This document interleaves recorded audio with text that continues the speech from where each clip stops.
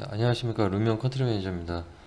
이번 시간에는 루미온의 반사 효과 유무에 대해서 결과물로 비교해서 한번 알아보도록 하겠습니다. 일단 결과물로 비교하기 전에 이 반사 효과에 대해서 설명을 드리자면, 루미온의 기본 반사, 지금 이 유리와 같이 정확한 반사가 일어나야 되는 재질 같은 경우는 루미온의 기본 반사를 조금 수정을 해줘야 됩니다.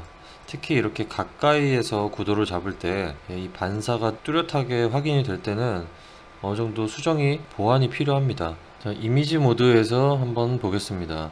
이미지 모드에서 지금 미리 보기 화면인데요. 이 미리 보기 화면에서 렌더링 하기 전에 반사를 렌더링 했을 때와 비슷하게 지금 미리 확인해 볼 수 있습니다. 반사 효과에서 미리 보기 품질을 일반 혹은 높음, 일반 이상으로 설정했을 때 결과물에서 렌더링 되는 부분을 확인할 수 있는데요. 지금 현재 이렇게 유리면에 보면은 반사가 좀 러프하게, 입자가 정확하지 못하게 계산이 되고 있죠. 이쪽에 있는 나무로 보이는데 정확하지가 않습니다. 이런 경우에는 반사면을 추가해서 렌더링을 하게 되고요. 반사 효과에서 평면 추가, 평면이 자동으로 인식을 하거든요. 이 면들을. 이 유리면도 인식을 하고 여기에 클릭을 해주면 이 유리면과 같은 라인에 있는 면들은 이렇게 자동으로 추가가 돼요. 반사면이. 이 반사 평면이 추가가 되면 지금 보는 바와 같이 정상적으로 반사가 되고 있습니다. 이러한 부분은 렌더링 이미지까지 보지 않더라도 충분히 비교가 되죠. 결과물과 같이 계산된 반사값이라고 보면 되겠습니다. 미리 보기 품질을 낮은으로 놓게 되면 이렇게 러프하게, 지금 반사면을 설치하지 않았을 때와 똑같이 러프하게 표현이 되는데요. 이건 미리 보기 품질일 뿐이고 결국에는 렌더링 됐을 때는 이렇게 렌더링이 된다는 뜻입니다. 여기에 오브젝트를 하나 배치해 놓고 한번 비교해 보겠습니다.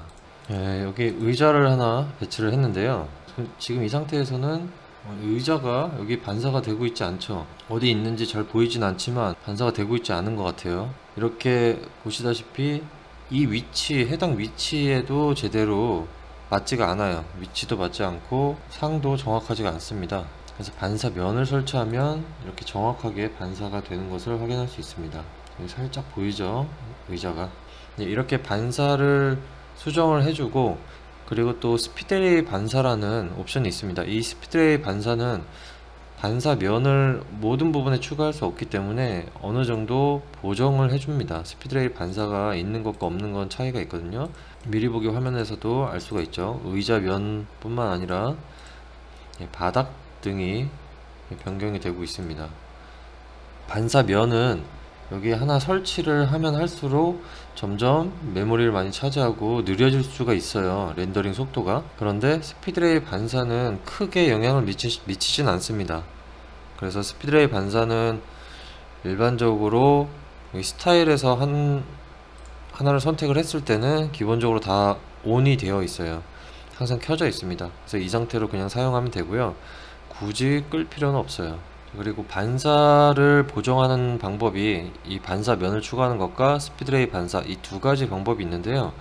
여기 추가로 오브젝트에서 유틸리티 항목 중에 리플렉션 컨트롤이라는 오브젝트를 설치를 해주는 방식이 있습니다. 이 리플렉션 컨트롤은 해당 지점을 배치를 하면 이 지점 주위를 기준으로 반사값이 다시 설정이 돼요. 이 구체의 위치에 따라서 반사값이 조금 달라집니다. 지금 살짝 미리 보기로도 살짝 확인할 수 있는데, 이렇게 움직일 때마다 이 반사체가 조금씩 바뀌고 있죠. 이렇게 바뀌는 것을 확인할 수 있습니다. 그래서 이 리플렉션 컨트롤도 반사를 보정하는데 좋은 방법이긴 하지만 이 반사면을 추가하는 것만큼 정확하진 않아요. 이렇게 해서 반사면과, 그리고 스피드레이 리플렉션 이라는 옵션, 그리고 리플렉션 컨트롤이라는 오브젝트를 배치하는 방법까지 총 3가지의 보정 방법이 있고요. 이 3가지의 보정 방법들은 미리 보기 품질로 미리 확인해 볼 수가 있습니다. 그래서 얼마나 차이가 나는지 실시간으로 확인을 해 보면서 렌더링을 진행하면 되겠고요. 그리고 확인을 했다면 미리 보기 품질은 낮은으로 다시 변경을 해주는 것이 좋습니다. 일반으로 해놓고 여기서 진행을 한다면, 지금은 이제 면이 많지가 않아서 그런데 면이 많은 경우에는 실시간으로 계속 계산을 해야 되기 때문에 굉장히 느려질 수가 있어요.